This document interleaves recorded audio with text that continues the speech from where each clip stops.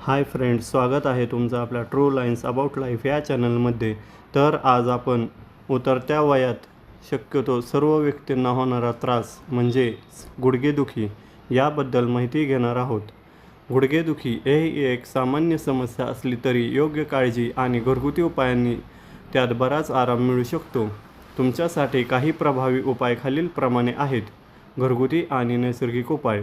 हळदीचे दूध। हळदीमध्ये कर्क्युमिन असते जे दाहशामक असते। रात्री झोपताना कोमट दुधात अर्धा चमचा हळद टाकून प्यावे। मेथी दाणे।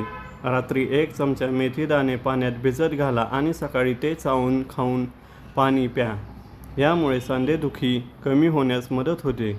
आल्याचा वापर। आले किंवा सुंठ पावडर चहामध्ये किंवा कोमट पाण्यात टाकून घेतल्यास सूज कमी होते। मोहरीचे तेल। लसणाच्या काही पाकळ्या मोहरीच्या तेलात गरम करा आणि त्या तेलाने गुडघ्यावर हलक्या हाताने मसाज करा। शेक घेणे। जर गुडघ्याला सूज असेल तर बर्फाचा शेक घ्यावा। जर फक्त दुखत असेल आणि आखडले असतील तर गरम पाण्याचा शेक घ्यावा। जीवनशैलीत बदल। वजन नियंत्रण। शरीराचे वजन जास्त असल्यास त्याचा ताण थेट गुडघ्यांवर येतो, त्यामुळे वजन नियंत्रणात ठेवावे अत्यंत आवश्यक आहे।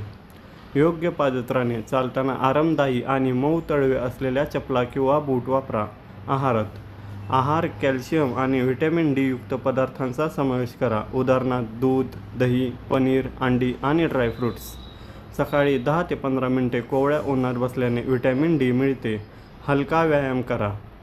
गुडघे पूर्णपणे स्थिर न ठेवता डॉक्टरांच्या सल्ल्याने क्वाड्रिसेप्स व्यायाम किंवा साधे पाय सरळ करण्याचे व्यायाम करा। जास्त वेळ किंवा पायऱ्या चढ उतर करणे टाळा, त्याऐवजी सपाट जमिनीवर संथ गतीने चालावे। महत्त्वाची टीप: जर गुडघेदुखी खूप जुनी असेल, गुडघ्यातून आवाज येत असेल किंवा सूज असेल तर घरगुती उपायांवर अवलंबून न राहता अस्थिरोग तज्ज्ञांचा सल्ला घेणे चांगले आहे। आमची माहिती तुम्हाला आवडल्यास लाईक करा, शेअर करा, सबस्क्राईब करा। धन्यवाद।